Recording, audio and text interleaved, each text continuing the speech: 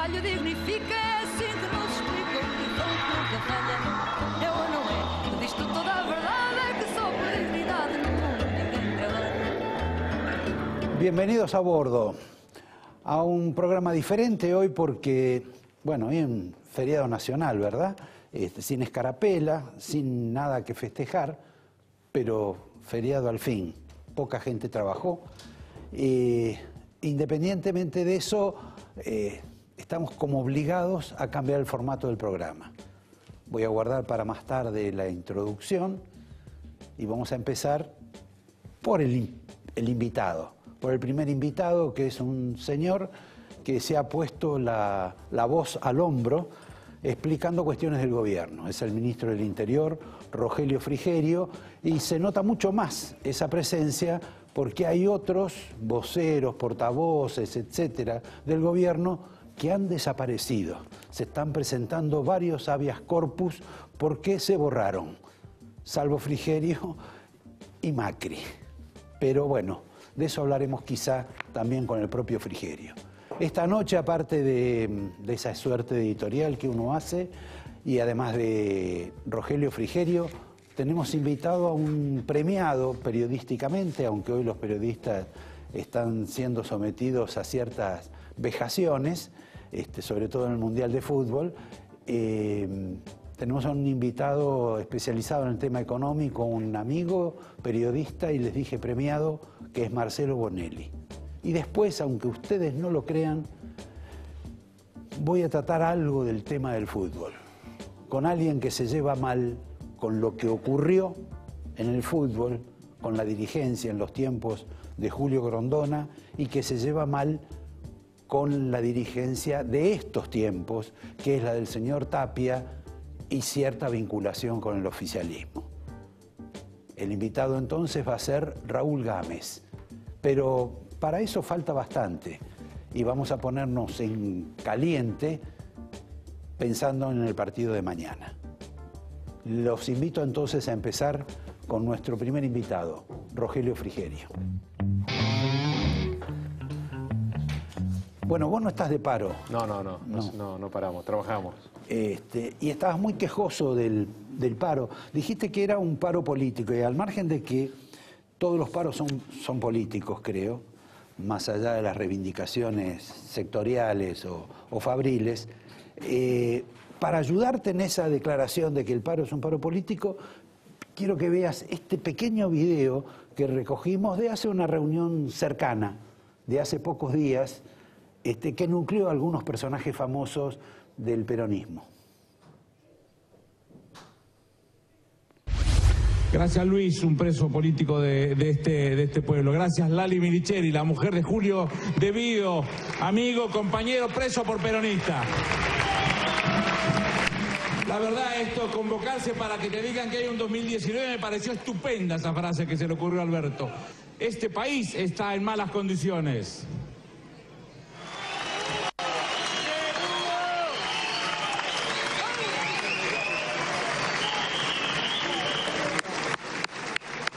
Acaba de llegar el compañero Hugo Moyano y el compañero secretario general de Camioneros, Pablo Moyano.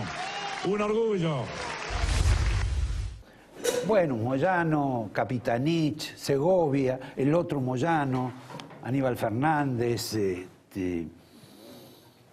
justifica tu palabra de que fue un paro político el de hoy. Yo creo que el paro es la última instancia, ¿no? Cuando se termina el diálogo, cuando se corta el diálogo, se va a un paro, mucho más un paro general. Y nosotros estamos en plena comunicación permanente con los líderes sindicales, con la CGT. De hecho, yo mañana tengo una reunión en la UOCRA para discutir y analizar el tema de la construcción, ver cómo hacemos para sostener este récord histórico de empleados en la construcción, 430.000. Jorge Tiriaca, el ministro de Trabajo, está permanentemente en contacto y dialogando con. No me digas que lo sorprendieron a la vuelta de la esquina. No, lo que no se entiende es por qué, cuando hay abierta una mesa de diálogo y de negociaciones, de hecho nos enviaron 5 puntos con 5 reclamos puntuales, concretos, que estábamos discutiendo y Más, trabajando. ustedes le dieron plata, le devolvieron algo. Pero por eso digo, uno de los puntos era el tema de las obras sociales, y en el medio de esa negociación o de esa discusión hay un paro general que no tiene una cuestión concreta detrás, no hay un reclamo específico, concreto, que uno pueda decir, bueno, nos sentamos a discutir cuál es el punto. Se dice que es el modelo económico, que quieren cambiar el modelo económico. Bueno, no, para eso hay que ir a las elecciones, digo, la gente ya eligió hace 2 años y medio que quería un cambio, algo distinto a lo que se vio en el video ese, ¿no? Querían justamente cambiar las políticas y la gente que aparecía en ese video. Y bueno, la verdad que no es que nos sorprendió porque lo veíamos venir, Ahora, pero eso no quiere decir que no planteemos nuestro desacuerdo por un día perdido para la generación de valor y de trabajo en la Argentina. Cuando uno habla de lo político y de pronto lo ve a Moyano, que este video no es de ayer ni de anteayer, es de hace un par de meses, pero la realidad es que Moyano empezó a hablar. Y Moyano empezó a hablar como dirigente sindical. No se sabe si es porque está influido por el hijo, que es un hombre, digamos, más combativo. Bueno, tiene varios hijos y cada uno responde a distintas líneas, ¿no? Pero o la evangelización del Papa, que está también caldeando el ambiente del sindicalismo. En ese aspecto, ustedes no tienen diálogo con el Papa para este tipo de negocios, ¿verdad? No, bueno, hay un diálogo institucional con el Papa. De hecho, estuvo la ministra Stanley con la gobernadora de la provincia de Buenos Aires hace una semana, bueno, también en Roma. Estuvo la Vidal, estuvo Triaca también. Estuvo Triaca. Pero no consiguen nada. ¿Los comulgan por lo menos? ¿Les da una hostia o no? No, la verdad que no sé. ¿No sabés? Espero que sí. No hay un diálogo específico para discutir temas referidos al sindicalismo o al trabajo. La verdad que no creo que corresponda tampoco. Bueno, pero ellos tienen una gran participación en el tema del sindicalismo, hoy por lo menos. Sí, así parece, pero no creo que sea una responsabilidad nuestra como funcionarios del Poder Ejecutivo tener este tipo de diálogos con el Vaticano. ¿A vos no te parece que Moyano ha decidido volver a la CGT a tratar de presidirla de vuelta? Yo lo veo como recién lo planteaste, muy activo, mucho más activo que antes. De hecho, también llama la atención que sea la voz cantante de un paro días después u horas después de haber cerrado una paritaria en los términos que él pretendía, ¿no? La paritaria del 25%. Que pretendía también el gobierno, porque ha sido una de las paritarias más beneficiosas para el gobierno. Bueno, nosotros lo hemos dicho con mucha claridad. Nosotros acompañamos y la verdad que celebramos que haya podido haber un acuerdo entre el sector empresario y el sindicalismo en el sector de transporte que permita que los trabajadores no pierdan poder adquisitivo. Para nosotros es una excelente noticia. De hecho, el Ministerio de Trabajo intercede cuando no hay acuerdo entre las partes. Si hay acuerdo y si ese acuerdo permite que los trabajadores no pierdan poder de compra en su salario, bienvenido sea. El único problema de ustedes es con el sector público. Bueno, pero ahí, digamos, lo hemos planteado, tanto el Ministro de Trabajo como yo, en la medida en que el empresario, el que paga los sueldos, está en condiciones de hacerlo, bienvenido que ese incremento salarial permita que no se pierda poder de compra. Depende de la capacidad de pago que tiene el empleador, en este caso. A cierta gente parece estar informada de que al presidente ya no le va bien ningún tipo de peronismo. Porque, digamos, habla con los gordos, habla con la CGT, tiene cortocircuitos con Moyano, no sé cómo andará con Barrio Nuevo, pero lo cierto es que ya no tiene identificación, vínculo o un diálogo próspero con ese sector. Tampoco lo tiene con otro de los que serían peronistas más condescendientes con el gobierno y muchísimo menos con Cristina o con el sector de Cristina. Esto es parte de una derivación de esta falta de comprensión política de las partes, o es simplemente una estrategia política pensando en el año próximo y en la posibilidad de que ustedes ganan con el balotaje? Nosotros somos el gobierno de los últimos 100 años más débil desde el punto de vista de apoyos parlamentarios y quizá también de la realidad territorial, porque tenemos solo 5 gobernadores sobre 24. Asumimos... Pero ¿qué provincia? Bueno, tal vez, pero en términos cuantitativos tenemos 5 gobernadores sobre 24, asumimos con 1/3 de la Cámara de Diputados y con 1/5 de la Cámara de Senadores. Hay que ir al primer gobierno de Irigoyen para encontrar un gobierno con estas dificultades. Y eso nos obliga, más allá de nuestra predisposición, a siempre plantear la búsqueda del consenso a través del diálogo. No tenemos otra, y de hecho no nos ha ido mal, porque sacamos del Congreso prácticamente todas las leyes que necesitamos para ir resolviendo una parte de los problemas que heredamos. Esa predisposición para el diálogo, sobre todo con una parte de la oposición que ha mostrado voluntad de acordar y además signos de apoyo a la gobernabilidad. Hay otra parte de la oposición que se ha dedicado a poner palos en la rueda y que entiende que cuanto peor le vaya al presidente y cuanto peor le vaya al gobierno, mejor les puede ir a ellos, entre otras cosas desde el punto de vista judicial. Pero nosotros vamos a seguir apostando al diálogo con todos los sectores de la oposición. Algunas veces tenemos receptibilidad en algunos y en otros no. En ese aspecto siempre pareció que Massa en determinado momento, digo, el sector de Massa por identificarlo, no porque Massa presida algo, era menos renuente a acordar y de hecho acordó con ustedes. Pero hubo un día que hubo un corte, disparador, un problema hasta casi personal, porque Macri empezó a hacerlo personal, a hablar mal de Massa. ¿Qué es lo que ocurrió? ¿Qué fue lo que Macri entiende como traición que le hizo Massa? Primero, lo importante es que es decir que nosotros no hemos cortado el diálogo con Sergio nunca y que Sergio sí preside uno de los bloques más importantes de la Cámara de Diputados. Pero Sergio ya no se ve con Macri.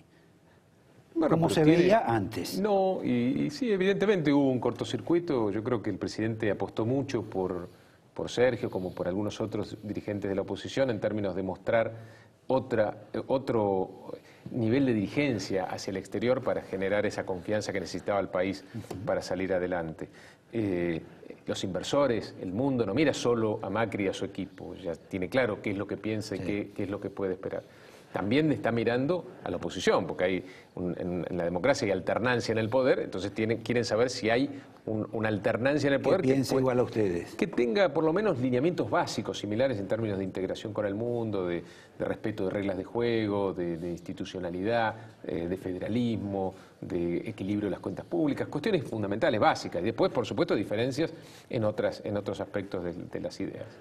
Y hubo un cortocircuito, yo creo que fue el tema de ganancias el que nos empezó a separar un poco, pero eso no quiere decir que nosotros no sigamos apostando y no tengamos un vínculo con Sergio que podamos restablecer. Vos mencionaste los gobernadores. Ustedes ahora han suscribieron un acuerdo con el fondo, ahí, guste o no la palabra, un ajuste necesario, imprescindible, para justificar esa firma, lo van a padecer algunas provincias. Yo no lo vería así, yo no lo veo así. ¿Van a recibir lo mismo? Este es un acuerdo con el fondo distinto a todos los que se firmaron en la Argentina y a todos los que se han firmado con otros países en la historia del fondo. Primero, nosotros fuimos con nuestro programa y el fondo validó nuestro programa. Por eso no nos piden nada, no nos han pedido leyes, reformas estructurales. Lo único que nos pidieron es cumplir con un cronograma de reducción del déficit hasta llegar al equilibrio en el 2020, que es lo que nosotros también teníamos que hacer, per se, porque nosotros... No, presuntamente creíamos todos que lo estaban haciendo. Por eso, porque nosotros somos conscientes de que no podemos vivir eternamente de fiado, de prestado. Y esa confianza que habíamos generado en el primer año y medio, 2 años del gobierno, que nos permitió conseguir ese financiamiento para transitar este camino gradual hacia el equilibrio fiscal, de repente se rompe por distintos hechos, sobre todo a partir de un shock externo por la suba de tasa de interés de Estados Unidos.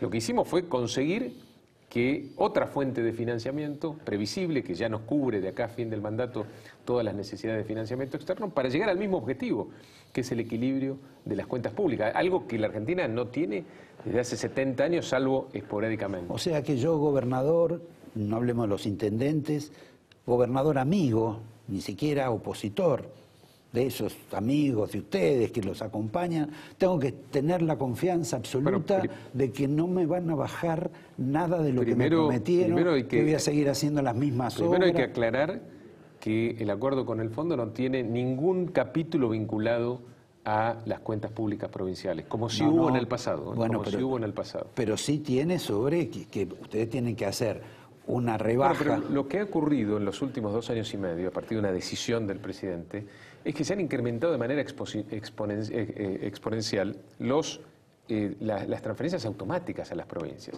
Hoy las provincias reciben del gobierno nacional más recursos de forma automática que nunca antes en la historia. Lo que está bajando es las transferencias discrecionales, las que usaba el kirchnerismo, por ejemplo, para someter políticamente a aquel gobernador o intendente que pensara distinto. Pero no es nuestra forma de gobernar. Nosotros entendemos que las provincias tenían que tener más recursos automáticos, previsibilidad en el envío de recursos, y estamos transitando ese camino. Por supuesto que nos tenemos que poner en la misma mesa con los gobernadores, con los senadores, con los intendentes, con los diputados y cualquier otro que tenga responsabilidad en la cosa pública en la Argentina para discutir todo lo que haya que discutir. Nosotros planteamos un acuerdo para el desarrollo nacional. Uno de los capítulos es el tema presupuestario. Y vamos en esta discusión nos vamos a dar cuenta, porque ya lo estamos hablando con gobernadores, que hay lugares en donde se solapan las responsabilidades de los distintos niveles de gobierno. Y tenemos que trabajar ahí, en esos lugares, para ver cómo hacemos más eficiente el gasto, porque a las provincias y a los municipios también les importa que la nación tenga equilibrio en las cuentas públicas, porque si no, no van a tener acceso al crédito para hacer las obras que las provincias y los municipios también necesitan hacer. Bueno, yo preferiría que las provincias no se endeuden, pero eso es otra película. Pero depende para qué. Si se endeudan para hacer obras de infraestructura, que además se pueden amortizar en distintas generaciones, está perfectamente habilitada la posibilidad de tener financiamiento. El problema de la Argentina es que en general nos hemos endeudado para financiar el gasto corriente.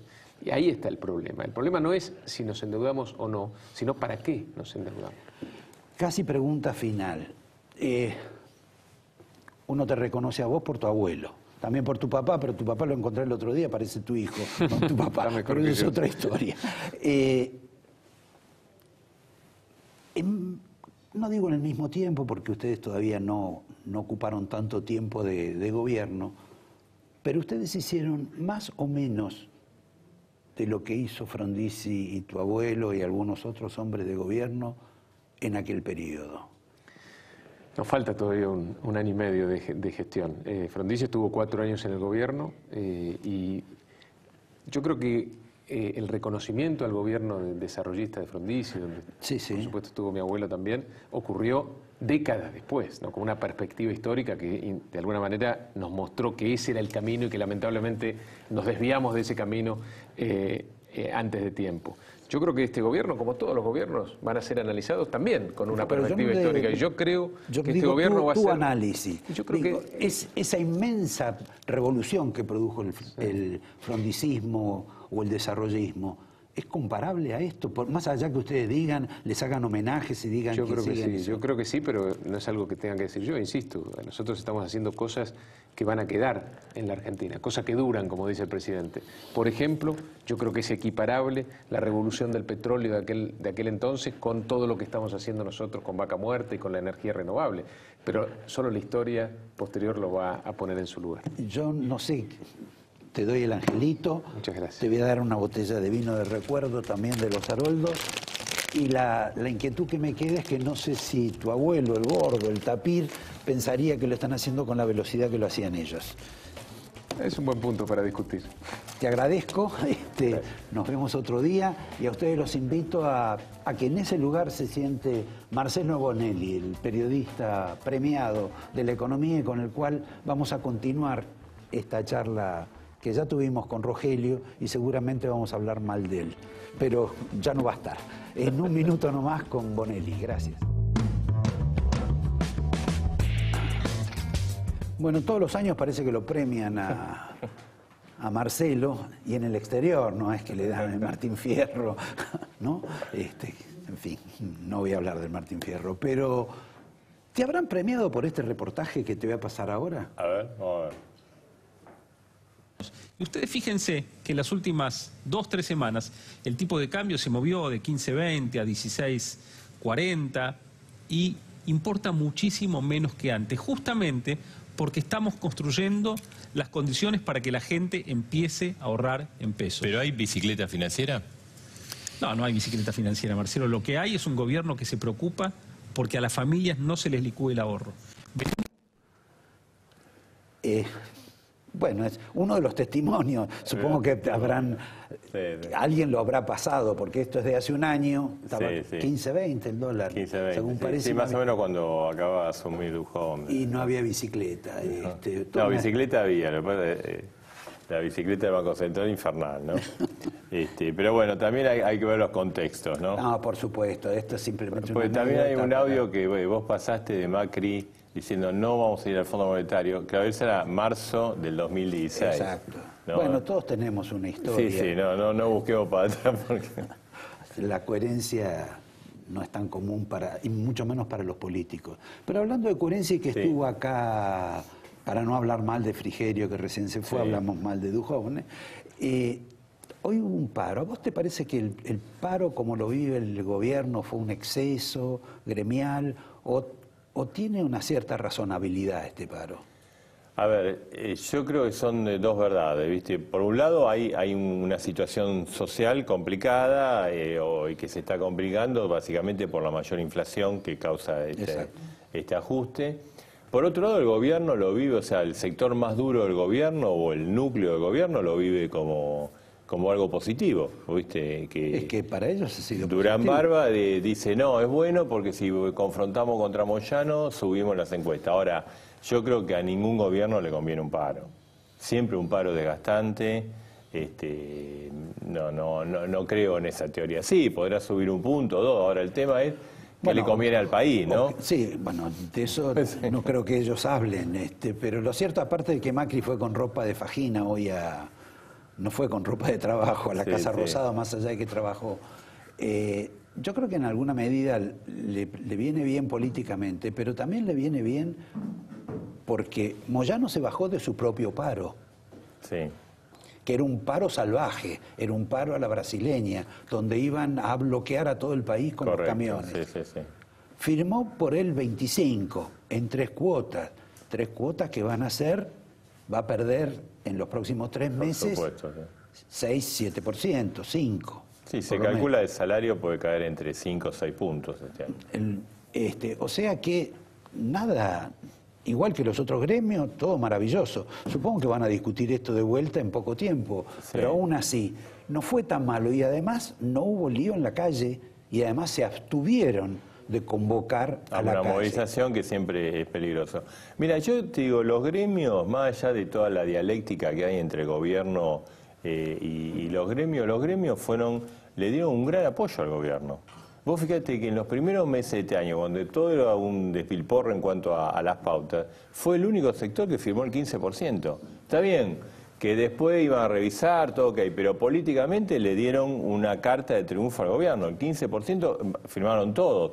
Ahora están firmando distinto, porque ya la realidad es totalmente distinta. O sea, que los gremialistas le dieron un apoyo al gobierno en la primera parte del año, digamos hasta mayo. Ahora, yo te pregunto, creo que no es porque lo supieran, pero los gremios en alguna medida contemplaron un hecho que las estadísticas ahora te dicen, que el último trimestre del año pasado y el primer trimestre de este año tuvo más actividad económica, hubo más posibilidad de empleo, hay un crecimiento del PBI que de pronto explota por el desastre que tuvieron en materia cambiaria. Los gremios parece que hubieran visto eso, o por lo menos percibido. Lo que no entiendo es por qué el gobierno no percibió eso. ¿Cómo no se dio cuenta? No, y que el gobierno, yo creo que el gobierno se enredó en una pelea con Moyano, ¿viste? Y con Moyano después cayeron todos los gremios. Entonces está mucho esta teoría del gobierno, bueno, confrontemos con los sindicalistas que no se enojen, ¿no? Porque hoy está la visión del gobierno, son impresentables, entonces si confrontamos contra los impresentables nosotros subimos. Y ahí también una cuestión de ideología, ¿no? Que el gobierno, dentro del gobierno hay sectores que son antisindicalistas per se, ¿no? Ahora, te digo... ¿A quién ves vos así, digamos, de rabia con el sindicalismo dentro del gobierno? Me parece de Marcos Peña.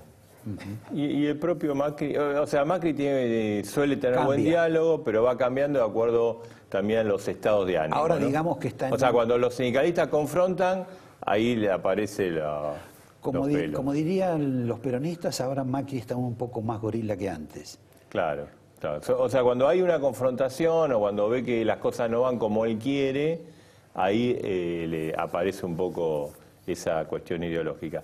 Te digo una cosa, la actividad económica subió fuerte el primer trimestre, 3,5. Sí.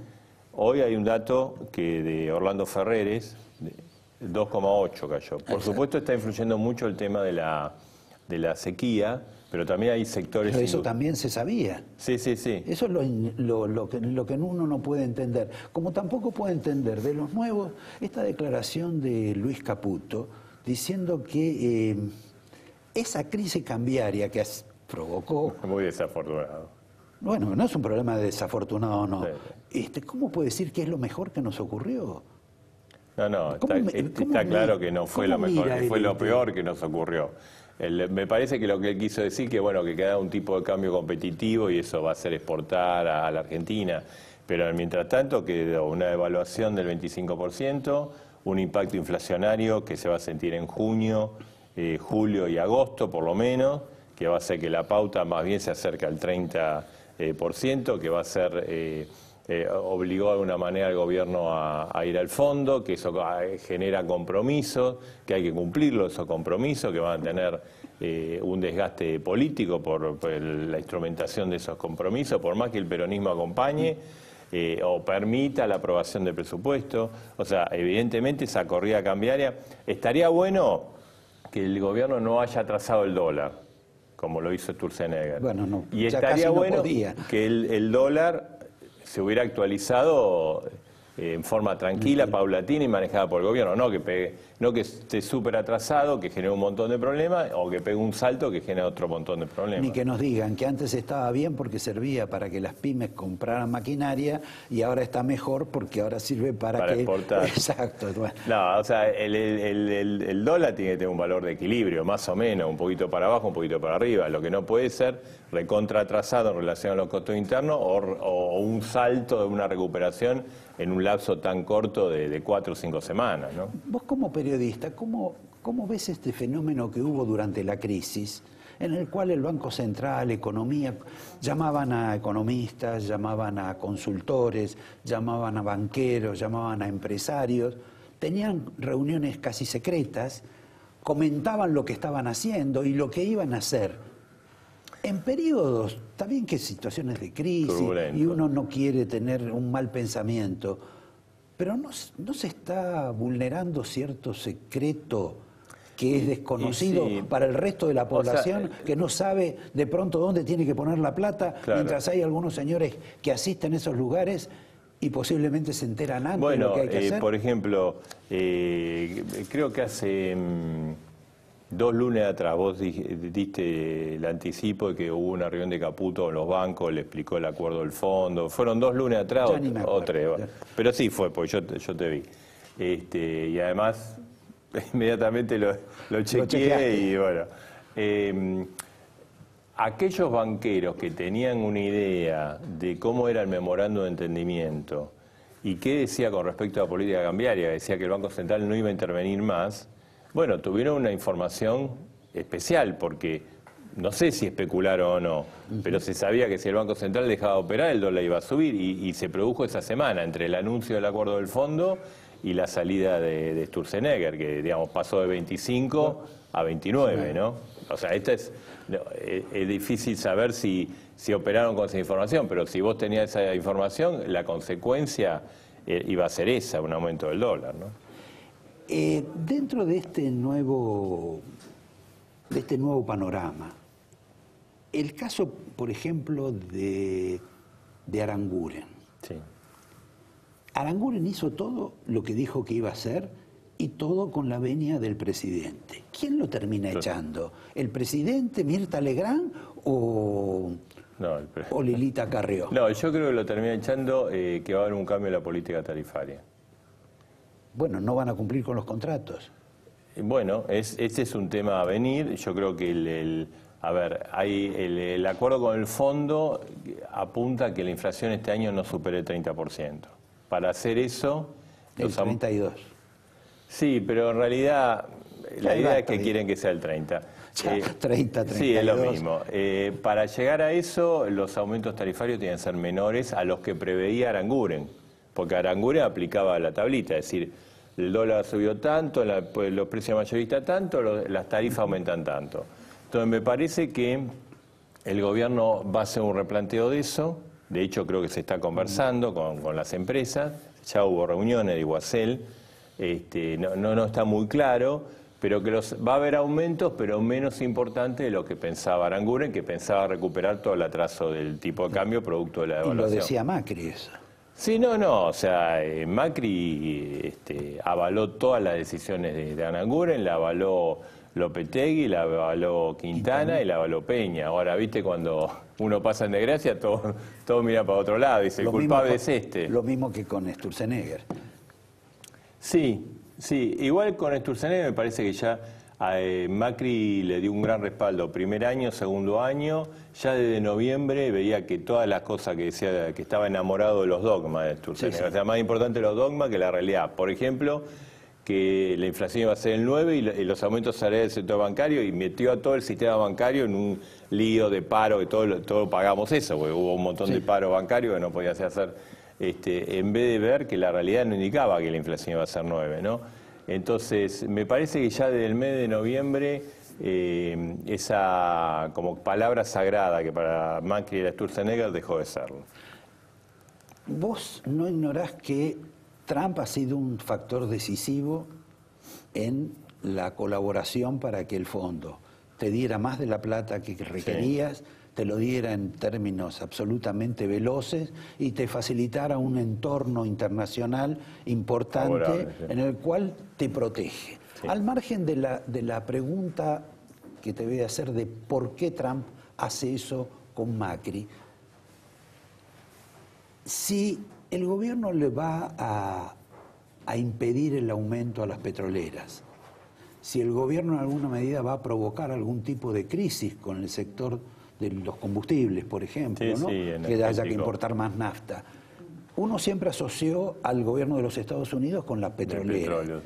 ¿Cómo es esta función doble contradictoria? No, me parece que el gobierno va a entrar, no es que va a decir, bueno, no aumenta más, va a hacer aumentos más paulatinos, más largos en el tiempo, y para mí va a extender los contratos. Como compensar, decir, bueno, mira, yo hago esta política porque así, primero la sociedad no se banca tantos aumentos, segundo vamos a recuperar más lento, pero digamos, como compensación te doy un contrato de más largo plazo. Me parece que está planteado un poco en ese esquema, ¿no? Igual te digo, lo de Trump fue decisivo, me parece que si vos... viste, el gobierno de Macri, bueno, tiene cosas buenas, negativas, es debatido. Sí. En tema de política exterior creo que fue bueno, es bueno. Sin duda. Y eso lo capitalizó ahora Macri, ¿no? O sea, pues no solo tuvo el apoyo de Trump, pero bueno, tuvo el apoyo de Merkel, tuvo el apoyo de España. Pero digamos el ejecutivo... No, sí, y sobre todo en el fondo el que maneja es Estados Unidos, el Tesoro de Estados Unidos. Es como una vuelta a una relación carnal que no sé si antes tuvimos. Sí, ¿no? Lo mejor no recordemos. A propósito del tema del acuerdo con el fondo, uno ha visto convenios como el de Grecia, donde hubo caída de poder adquisitivo, de empleo, de PBI, millón de desocupados, etcétera. De este nuevo acuerdo que, por ejemplo, Frigerio nos vendió como un acuerdo excepcional para la Argentina y además hecho nada más que por argentinos, va a venir con el sello de la bandera Made in Argentina. ¿Cuáles son las condicionalidades que a vos en alguna medida te preocupan?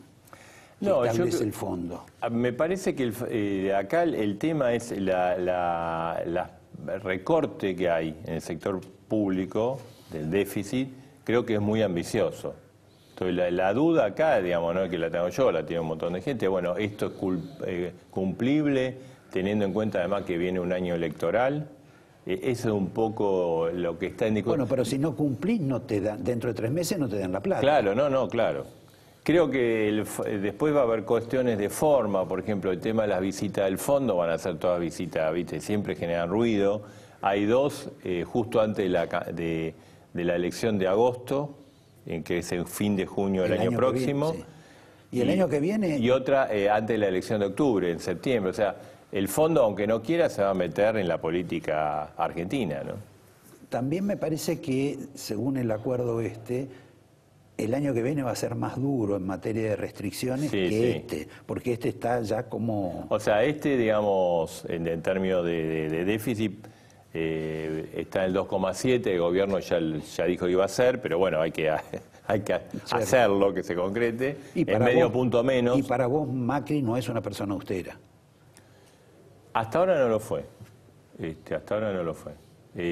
Y el año próximo se reduce de 2,7 a 1,3, o sea que es un punto 4. O sea que es un esfuerzo fiscal importante. Entonces, ¿y quién los va a pagar? Mira, menos mal no está Frigerio, pero menos obra pública. Por lo menos esto es lo que los que manejan el acuerdo, son Duhovne y Caputo, ¿no? Y al presidente. Menos obra pública, pero si uno mira el crecimiento del PBI, gran parte del crecimiento se debió casi la mitad a la obra pública. Bueno, por eso va a haber menos crecimiento. Ese famoso 3,5 este año no existe más. Algunos dicen que va a decrecer, otros dicen que va a subir medio punto o 1 punto. El año próximo también el crecimiento se espera, a los que estiman, lo que saben, 1,3. ¿No hay posibilidad de un rebote más rápido y un rebote fuerte? No sé, por ahí quizás sí cambia un poco el contexto internacional, pero no se ve. Pero yo creo obra pública, por un lado, es más, en el memorándum de entendimiento dice que si hay algún desvío en el cumplimiento de las metas fiscales, va a haber un recorte mayor en la obra pública. Está escrito. Y después también va a haber un traslado de gastos a las provincias. Bueno, eso requiere una negociación. Ya Frigerio dijo... yo le dije, va a tener que laburar mucho. Me puse en gobernador de ellos, propio, amigo, y dijo que no iba a haber ningún problema. No, mira, pero a ver, también ahí después vamos a ver cómo se define, pero la idea es que gastos de educación, salud y de obra pública, pero básicamente educación y salud, por obra pública estamos en el otro rol, el gobierno quiere trasladárselo a las provincias.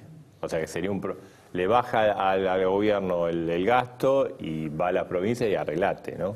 Entonces, ahí va a estar un poco la negociación por si se...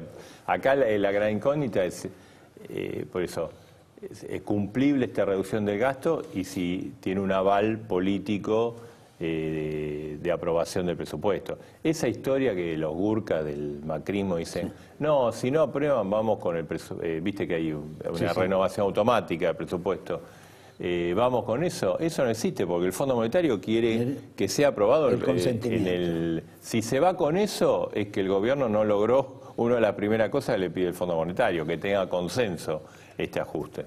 Ahora, eso va a implicar que ellos mismos se van a tener que amputar más partidas para darle partidas a la oposición, si no la oposición no te lo va a aprobar. Sí, va a implicar una negociación. A mí me parece, en principio, también va a ver cómo se llega al mes de septiembre, ¿no? Si la situación está más o menos controlada, es un escenario, si la situación está un poquito complicada, va a ser otro escenario. Me parece el peronismo que... Digamos, está claro que nadie pensaba en el 2019 y ahora sí muchos piensan, está en una disyuntiva. Hay que darle instrumento al gobierno para que esto no se desmadre, digamos, llegue a puerto bien, pero tampoco queremos pagar el costo político de algo que vos hiciste mal. O sea que vamos a volver a escuchar seguido la palabra waiver.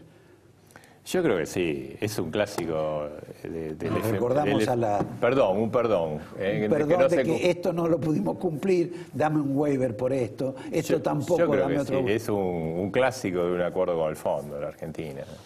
Pero el fondo me parece que por esa política exterior, por ese apoyo de Estados Unidos, en general, salvo que sean desvíos muy fuertes, va a tener una actitud condescendiente. Ahora, el pedido de waiver, digamos, uno que atravesó varios acuerdos de fondo, son conflictivos, porque aparece en todos lados, no se cumplieron las metas, Argentina pide perdón y tiene un desgaste político. O sea, esto es inevitable. Este fenómeno del declararlo al país emergente. Vos le ves alto significado, porque yo me acuerdo que en la época de la Rúa, y bastante poco antes de que de la Rúa ocurriera lo que le ocurrió, no solo la Argentina creo que era emergente, sino que iba a ser convertida en investment grade. Sí, sí. Y aún así esa era la gran meta. Se explotó todo, se lo llevaron de la Rúa. O sea, a ver, yo creo que después de 50 días de malas noticias económicas hubo dos noticias positivas. Una, que el fondo desembolsó la plata, porque eso ayuda a estabilizar el mercado cambiario. Y la otra, que, digamos, esta noticia es mejor que si hubiera quedado mercado de frontera. O sea, son noticias de carácter financiero, no cambian el mundo ni cómo va la economía real. Mejor que haya salido así que no haya salido. No es que entramos, viste, que ganamos la Copa del Mundo. No, está claro. Ahora, la economía real dicen que ahora va a manejar este hombre Sica, que tanto conocemos. Pero ya dijo que los que se excedieran con el tema de los precios le iba a aplicar penalidades. Vos sabés que esa canción también me suena de otras épocas. Sí, pero yo, o sea, creo que, Sica va a trabajar más que Cabrera, que era uno de los cuestionamientos que le hacían a Cabrera. Y va a pedir más plata que Cabrera. Sí, y va a ser más política que Cabrera. Y yo creo que estas definiciones forman parte más de la política que de hechos reales. Igual yo creo que de pasar de un control de precios fascista de Moreno a no hacer nada, en el medio se puede hacer muchas cosas. Bueno, veo que tu neokeynesianismo está avanzando. Marcelo, bueno, te agradezco la presencia, te doy un angelito. Yo no te traje nada porque la verdad vine de trabajar. Estamos con el fondo, así que te doy una botella estamos, de vino. Bueno, voy a venir más seguido que ahora que hay vino. Sí, bueno, te voy a conseguir más botellas. Y antes de despedirte, invitarlos a ustedes a que el próximo invitado va a estar vinculado a un tema no habitualmente tratado acá, que es el fútbol. Yo me quedo. Quédate porque creo que vale la pena. Va a estar acá Raúl Gámez, un hombre que ha sido crítico de Grondona y de esta administración. Y antes de que me ponga la vincha y me vuelva un desaforado como todos los argentinos y hable mal de, no sé, de Tapia, de Macri, del fútbol, de los nigerianos, antes de eso y de conversar con Raúl Gámez, que supongo que va a hablar más o menos en el mismo tono que yo, y haremos un coro fantástico para la ocasión, quiero insistir con dos temas. Uno, porque todavía estamos con paro, un paro que, les digo, le fue muy bueno para el gobierno, porque no tuvo incidentes callejeros, que es a lo que más teme el gobierno, porque los incidentes callejeros suele producírselos la izquierda más beligerante. En este caso, Moyano en particular, y el resto de los dirigentes gremiales de la CGT, los gordos, los buenos y los malos, no quieren estar en la calle. Ese es un punto que para el gobierno es fundamental. Después hay dos o tres elementos que por ahí a ustedes se les escaparon. Uno es que el gobierno hizo la licitación y ya decidió quiénes van a ser los concesionarios del famoso sistema de PPP, que es que los privados hacen obras que van a cobrar más tarde. Está garantizado por el Estado, pero lo importante es que lo van a hacer ellos presuntamente con la plata de ellos. Este es el esquema básico, que después nadie sabe si se cumple, pero lo más interesante es que se aprobaron como 6 o 7 obras en materia de rutas, y algunas de las empresas que ganaron son empresas no las convencionales, y criticadas, objetadas, sospechadas y en algún caso comprobadas de que pagaron coimas o que tuvieron que ver coimas con la administración del gobierno de la señora Cristina de Kirchner, sino que hay algunas de esas que ya estuvieron ahí y que vuelven a estar ahora. Es un fenómeno, una suerte de reciclaje legal que hace el gobierno de Macri, incluyendo, por ejemplo, la obra que le dieron al señor Urnequian, que, como ustedes saben, la señora Carrió lo denunció a Urnequian por una cantidad de presuntos delitos que ni siquiera va a llevar ella a la justicia. Parece que el propio Urnequian se quiere autodenunciar para que la señora Carrió compruebe algo de esto.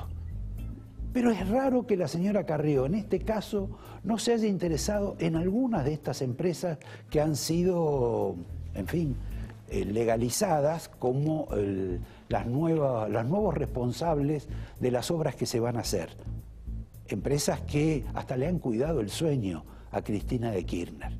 Pero me suspendo ahí porque voy a hablar de una empresa en particular, de comidas rápidas. Antes quiero decirles que uno no elude comentar el tema del hermano de Macri, el de los blanqueos del hermano de Macri, la curiosidad que solo 2 hermanos de Macri estén en una situación con una cantidad de dinero enorme y no esté allí el propio presidente cuando son todos una misma familia. Ni tampoco eludo el tema de las offshore, en los cuales también está involucrada la familia Macri y también algunos otros funcionarios del gobierno que ya hicieron declaraciones y curiosamente se olvidaron de incluir a las offshore que tenían.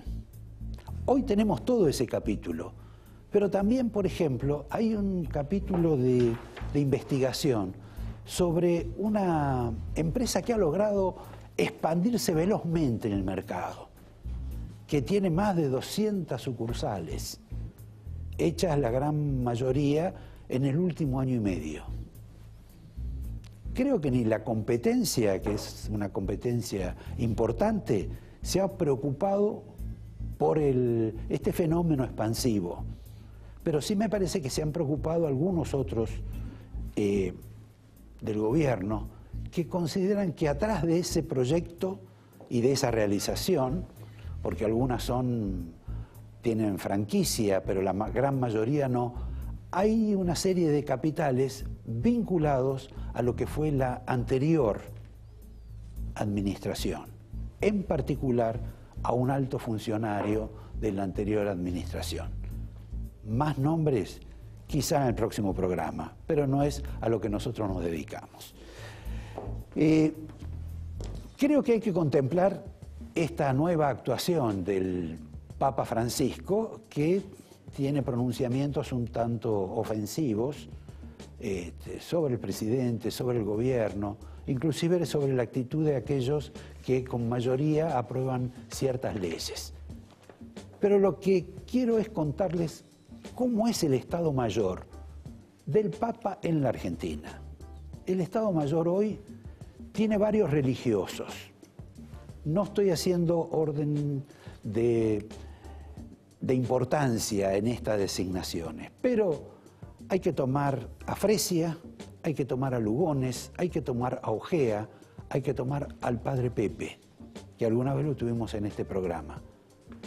Ellos, más Fernández, el que está en La Plata, son la escuadra que tiene Francisco en la Argentina, recordándoles que por ser jesuita, como son algunos de los que están en este asunto, los jesuitas siempre fueron un ejército y tienen reconocimiento militar entre ellos. El funcionamiento es militar. Por lo tanto, no está tan mal hablar de la escuadra, más los colaboradores, como puede ser Grabois, como puede ser Vera, y algunos incluyen también a este hombre que participa en el trío de la CGT y que suele hablar animadamente cada vez que hay un paro, que es el señor Smith. Voy a pasar al capítulo del fútbol.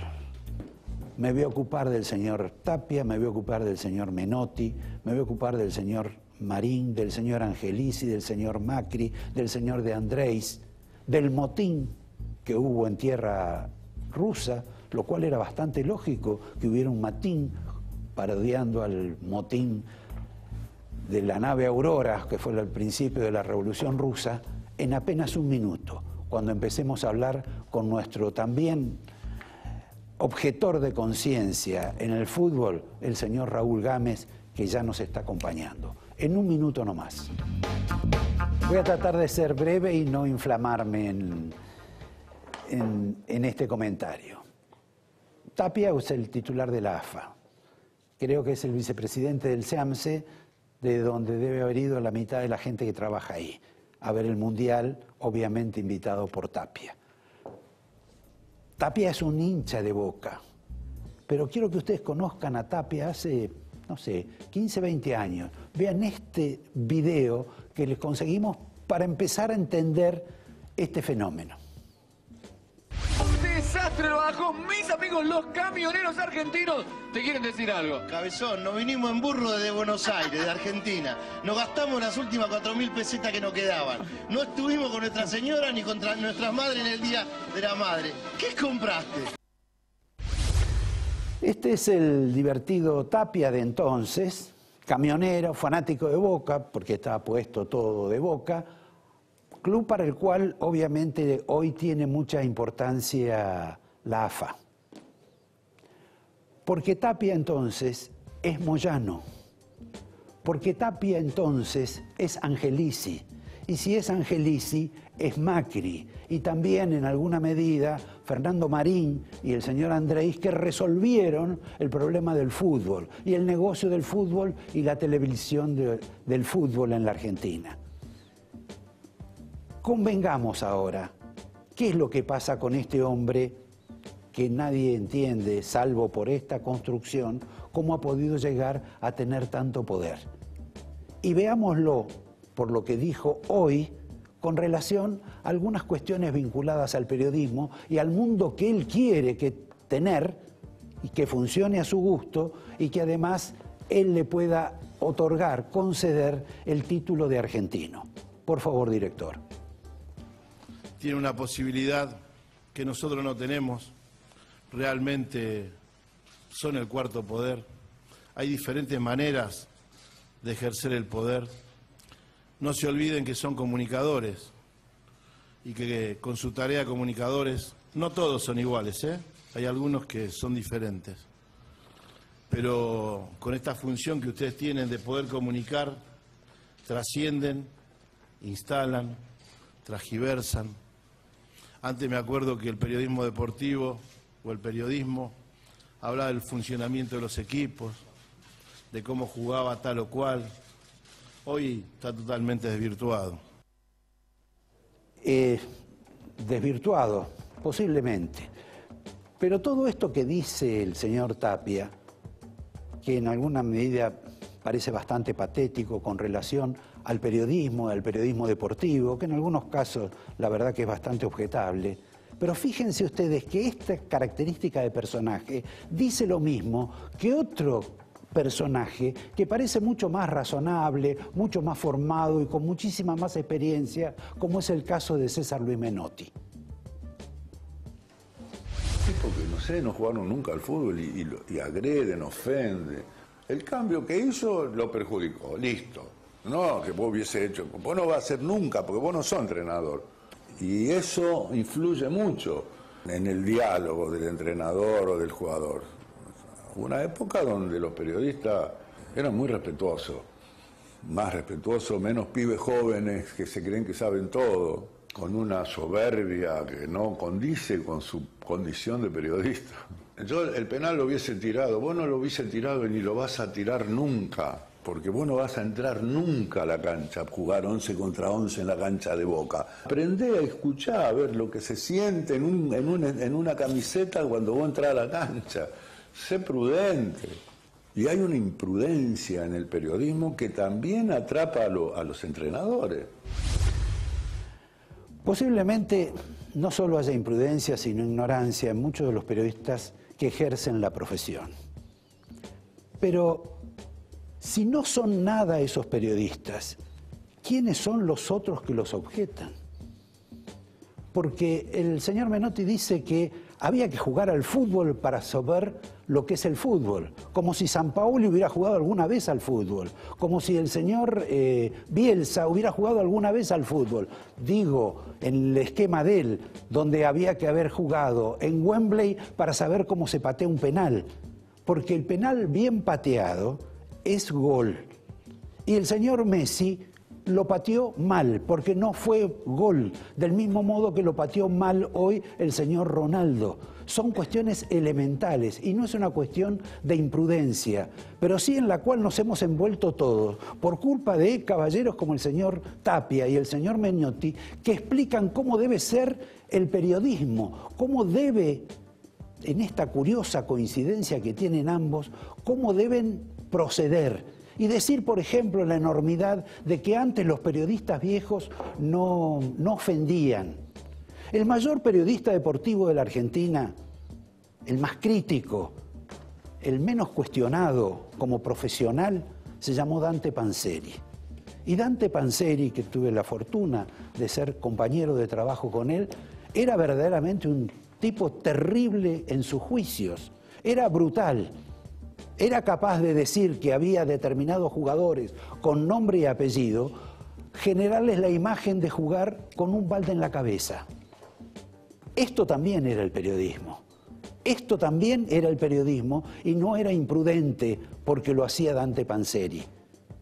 La verdad es que toda esta característica de cómo se es argentino, si se apoya o no a la selección, de cómo se es buen o mal periodista, si se hace determinada tarea y eso se congratula con los que han sido directores técnicos o con los que han sido jugadores, porque la verdad que los jugadores y los directores técnicos dan lástima en materia periodística, no solo los periodistas. Los jugadores que apenas si hablan castellano y los directores técnicos que firman notas en los diarios como si las hubieran escrito. Pero todo eso lo vamos a hablar ya con Raúl Gámez. Bueno, Raúl. Duro, ¿eh? ¿Te parece? No, está bien, ¿eh? Duro, también son duros con la gente. No, seguro, seguro. Y toda esta cuestión que uno observa, este lío que hay, que no sé si existe en otros países, verdaderamente es una defraudación al público, a la gente, a la pasión argentina por el fútbol, incluyéndome. Bueno, vos estuviste contra Grondona durante mucho tiempo, también estás contra Tapia. ¿Qué es Tapia, Moyano, Macri, quizá Marín, De Andrés, todos los que han armado todo esto nuevo del fútbol, que han gastado infinidad de plata? ¿Qué es lo que une o reúne estas situaciones tan absurdas? A medida que iba escuchando también el nombre de las personas que me estás preguntando por esto de qué es eso y quién tiene el poder, saco un poquito de la construcción de todo esto a Moyano. Lo saco porque yo en la AFA tuve mucho tiempo y vi cómo llegó ese 38 a 38, la aparición de Segura después para seguir continuando en la conducción. Aparece también, bueno, de Boca, Angelici, con Tapia, que se ponen de acuerdo en aquella votación histórica, sobraban votos. Y eso fue lo malo del fútbol. Yo estuve en contra de Grondona, pero Grondona me parece que no podía pasar por esto. Bueno, por lo menos por ahí te acercaba a ser subcampeón del mundo, o campeón, Grondona. Con Grondona. Grondona es el que creo que armó, era muy inteligente, era muy malo, ¿no?, para los clubes argentinos en la parte económica, porque se quedaba con una porción muy grande, pero él lo generaba por ahí esa plata, porque peleaba con las empresas, después hacía esos acuerdos que nos perjudicaban y nos sacaban la posibilidad de ser un mejor club. No nos controlaban, por ahí nos dejaban meternos en deuda y eso es malo. Yo siempre digo que me gustaría que aparezca un gobierno que controle a los clubes, no que se meta, como el caso de Macri, que se mete desde aquella época del 38 al 38 a querer manejar el fútbol. Intervino AFA con gente de él. Bueno, fue todo muy pobre, muy malo y por eso llegamos a esta situación de desprolijidad. ¿Vos crees que hoy todavía Macri maneja cuestiones de la AFA o está en conflicto con eso que él mismo inventó? Yo creo que inventó esto, ese Tapia lo inventaron, yo digo que no es de buena costumbre aceptar algo que no podés manejar, ¿no? Que ya empezás a ser deshonesto con esa actitud. Aparte de ser deshonesto, cuando dije que Grondona generaba el dinero que después nos sacaba, porque él hacía acuerdos, nos saca por ahí la plata de los clubes. A Vélez le sacó plata, pero yo quería esperar que pase este campeonato del mundo para poder expresarme con más tranquilidad.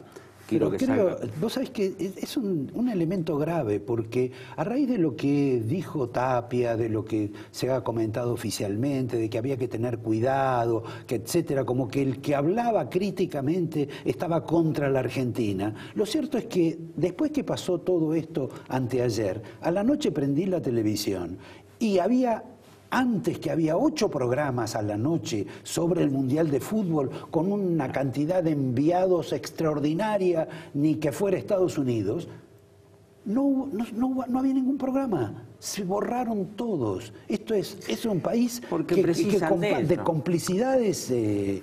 Puede ser.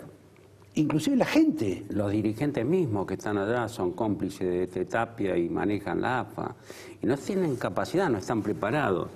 Pero la falla principal en todo esto que es organizativa. La falla no es ni el técnico es una consecuencia de que no tendría que haber aceptado tampoco porque no tenía capacidad para manejar la selección. Más allá de que mañana gane. No, eso todos lo queremos. Claro. Yo tengo nietos, tengo muchos nietos y quiero que ganen para que estén contentos ellos, estar contentos yo y que el fútbol argentino tenga otro prestigio, no que se hable permanentemente de cosas que son malas figuras, ¿no? Todo lo que sale para el mundo es que los errores, lo que nos pasa en AFA, todas las vergüenzas que estamos viviendo desde hace mucho tiempo. Y sobre todo en esta última gestión, ¿no? Ahora, en el caso de Sampaoli, que es obviamente el vértice de gran parte de este problema, al hombre al que le han sacado inclusive la conducción, que se pasó durante 1 año y pico viajando por el mundo, que le pagan sueldos verdaderamente envidiables, y que eligió de un modo que mucha gente considera críticamente. Lo cierto es que es un hijo de esta conducción y de este gobierno. Sí, fue propuesto por el gobierno nacional también. Creo que el primero que acercó el nombre fue Angelici, a pedido también de Marín, como nombró usted en el comentario previo, o de Andrés, que estaban haciendo pactos, acomodando las cosas para quedarse con el manejo de AFA, porque la intención del gobierno era... Ahora, ¿qué es manejar AFA? Y manejar AFA es una cosa muy importante, porque es un medio... Fíjese que el gobierno anterior, creo que la posibilidad mayor la tuvo con el fútbol para todos, de salir a hacer propagandas del gobierno. Es una cosa que es muy importante para reflejar cosas que por ahí no son ciertas, pero a través de eso... Bueno, en este caso este gobierno, la verdad que ha tenido una actitud mucho más decente en ese plano que el anterior. En ese plano tuvo una actitud decente, pero indecente con los clubes, porque en todo caso entre Angelici y otros de AFA, de la anterior gestión, le entregaron el fútbol para todos por una plata mínima a lo que tenía que pagar. Y eso le produjo... Por la televisación. Con la televisación. También dijo que el fútbol iba a ser gratis, iba a seguir siendo gratis hasta el 2019. Y son las fallas que uno dice que tuvo con AFA, ¿no? Que yo un día me expresé muy mal insultándolo a Macri porque, bueno, quería adueñarse de AFA como lo hizo cuando le intervino, con Armando Pérez, que es un buen tipo, Medina es otro tipo correcto, ni que hablar de la doctora Cristinciano, que eran los 3 interventores. Pero bueno, los propuso ellos desde el gobierno para que hagan las cosas que ellos querían y ahí hubo diferencias. Y ahora me parece que le pasa lo mismo con este muchacho Tapia. ¿Ahora le ha salido mal? Creo que le salió mal porque va a ser duro de sacarlo, porque este muchacho Tapia habla bien, aunque se equivoque por ahí, como dijo la otra vez, que ayudaba a la paz del mundo. Un aporte a la paz. Una ignorancia total, como hoy está haciendo estos comentarios.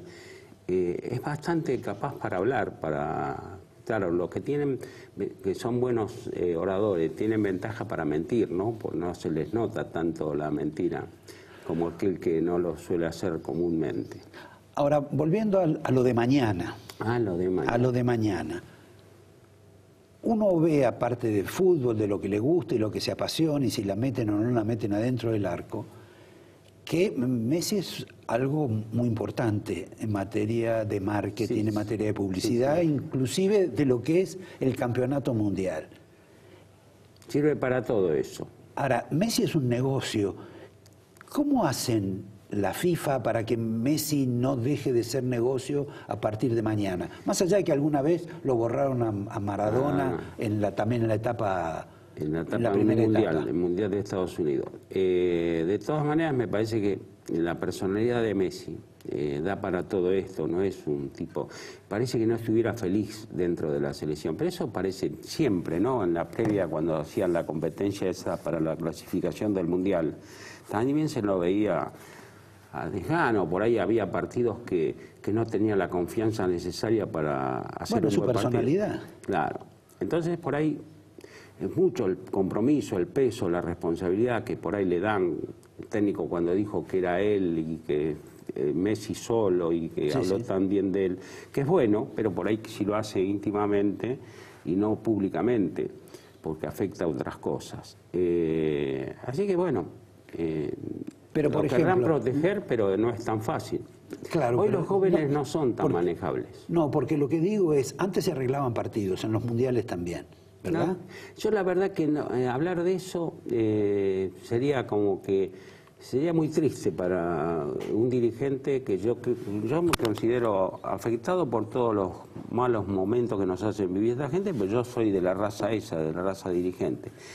Pero no cuestiono eso, sino que digo que de pronto Croacia por ahí le interesaría que la Argentina no gane. Bueno, pero por un tema de competencia, si después me tocan la final, por eso es bastante legal, ganar. Pero podría ahí también haber una presión por parte de la FIFA para evitar una entrega del partido, digamos. Sí, no es fácil, porque por ahí Croacia lo que hace mañana es poner jugadores que no... Es lo que va a hacer.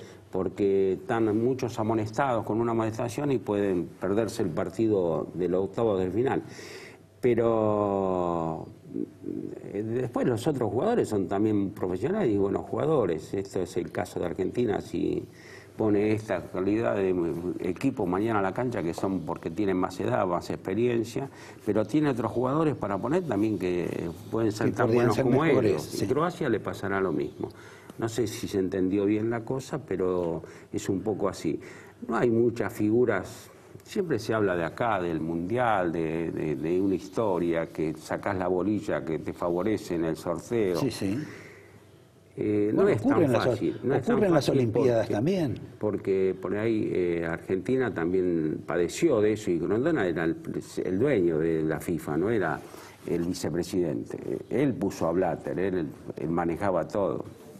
En este caso la influencia de Tapia obviamente es insignificante dentro de la FIFA. No sé cuál es la relación que tiene con Infantino. Parece buena, pero Infantino me parece que es el presidente de la FIFA. Se lleva bien con todos porque le tiene esa característica. Porque es su tarea. Es su tarea, es conquistar los votos del futuro. Ahora, fenómenos como el que dicen que se ha dado dentro del seleccionado, de que de pronto los jugadores o un sector de los jugadores, lo que antes se llamaba la camarilla, se apodera del equipo por razones de que el equipo anda mal y porque el técnico de pronto se equivoca. Es simplemente porque el técnico no tiene carácter y no tiene capacidad para estar cumpliendo esa función. Ahora, esos fenómenos han ocurrido en la historia del fútbol argentino. De todos los equipos siempre hay un comentario, halcones y palomas, los del otro lado que manejan al técnico. Pero no en muchos casos son ciertos y a veces no producen lo que parece que estuviera produciendo allá en Rusia, ¿no? Donde está la selección. Por acá vienen comentarios, nosotros realmente no sabemos la verdad pura, porque estamos que un día se pelean, que por ahí no importa que se peleen, y un día es bueno que se peleen los jugadores si están mal las cosas, y hablan de atrás que un día se termine todo eso para ir a empujar todos para el mismo lado. Pero siempre la culpa la tiene la conducción de AFA, por eso hablaba al comienzo de la conversación, que a Grondona no le pasaban estas cosas, porque no le podían pasar, porque era un cuerpo a cuerpo permanente, estaban las concentraciones, pero tenía capacidad. Pero este hombre también debe estar en las concentraciones. Ah, sí, pero hay que tener capacidad. Ese hombre, cuando hay un problema, se debe escapar, no debe, en todo caso, enfrentarlo, como tiene que ser. También hubo casos, yo me acuerdo haber leído cuando Valentín Suárez se hizo cargo, que era el dirigente de AFA, se hizo cargo del equipo y armó el equipo él. Bueno, eran otras épocas, donde los técnicos por ahí, los clubes tenía más influencia la comisión de fútbol que el técnico mismo. Después cambió, el técnico creció y fue considerado de otra forma y muy respetado. Uno se preocupa mucho en sus clubes, por ejemplo en Vélez, nos preocupamos mucho quién era el técnico, qué perfil tenía, aunque hemos cometido errores, pues los técnicos no siempre tienen éxito, ¿no? Van a un club, tienen éxito y en otro no. Yo digo siempre que a Macri lo salvó Bianchi, como a nosotros también nos salvó la capacidad de Bianchi. Por eso no lo quiere. No, sí, nosotros a Bianchi lo... No, por eso no lo quiere Macri. No, porque no le saca protagonismo. Macri no va a querer nunca a alguien que le esté sacando por ahí protagonismo. Nunca va a crecer. Le pasa en su vida política también, que nunca hay alguien fijo que realmente agarra amigos que ya se conocen de siempre para determinar ciertas cosas, para que no le conozcan las debilidades y para que no tenga más protagonismo con él y futuro político. Bueno, igual confiemos que mañana se gane. Que mañana estoy convencido que va a ganar porque jugamos contra un equipo que da muchas ventajas defensivas. En Nigeria te puede asesinar, vos le podés ganar, porque tiene jugadores importantes adelante. Y vos también le podés ganar y creo que Argentina le va a ganar y sería bueno que eso ocurra. Bueno, y te invitaré de vuelta si perdemos, porque esto no va a quedar así. No, te doy el angelito. No. Bueno, gracias. Te doy la botella de vino. Ah, eso es importante también. Exacto. Mañana voy a tomar el café con los amigos viendo el partido. Espero que ahora tengo la obligación de llevársela. Pueda servir para acompañar el triunfo y que sigamos jugando un poquito más y distrayéndonos de la vida, del mundo y de lo que pasa en la Argentina, merced a esta notable atracción que es el Mundial de Fútbol. Gracias, Raúl. Gracias a ustedes. Los veo el próximo lunes y que los acompañe la suerte como a mí. Gracias.